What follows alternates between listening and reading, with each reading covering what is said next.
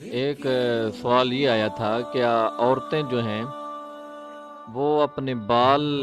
کاٹ سکتی ہیں، یعنی چھوٹے بال رکھ سکتی ہیں؟ اور اس میں سوال کرنے والے نے کہا کہ جی حدیث کے اندر آتا ہے کہ آپ صلی اللہ علیہ وسلم کی جو بیویاں ہیں وہ چھوٹے بال رکھا کرتی تھیں۔ تو اس میں نے کہا کہ چلو میں کلیئر کر دوں، یہ مسلم شریف کے اندر حدیث ہے، حضرت عائشہ رضی اللہ تعالی عنہا کے رضائی بھانجے ہیں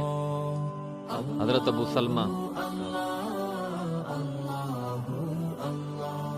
یہ مسلم شریف ہے، غسل جنابت کے حوالے سے یہ جہاں باتیں ہو رہی ہیں وہاں پر حضرت عائشہ صدیقہ سے یہ روایت ہے کہ ان کے پاس ابو سلمہ اور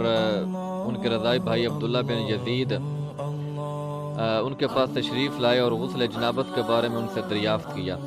تو اس حدیث کے آخر میں حضرت عائشہ کے جو رضائی بھانجے ہیں ابو سلمہ، وہ کہتے ہیں کہ کان ازواج النبی صلی اللہ علیہ وسلم یاخذن من رؤوسہن حتی تکون کالوفرات، کہ آپ صلی اللہ علیہ وسلم کی بیویاں جو ہیں وہ سروں کے بال کاٹا کرتی تھیں حتیٰ کہ کانوں کی لو تک وہ بال رکھا کرتی تھیں۔ تو اس حدیث کی تشریح کے اندر قاضی ایاز مالکی رحمۃ اللہ علیہ نے تو یہ کہا ہے کہ یہ اس زمانے کا ایک رواج تھا کہ عرب کے اندر عورتیں بال کاٹا کرتی تھیں۔ تو باقی فقہا نے، محدثین نے یہ کہا ہے کہ جب تک آپ صلی اللہ علیہ وسلم حیات رہے اس وقت تک تو ازواج مطہرات نے بال نہیں تراشے،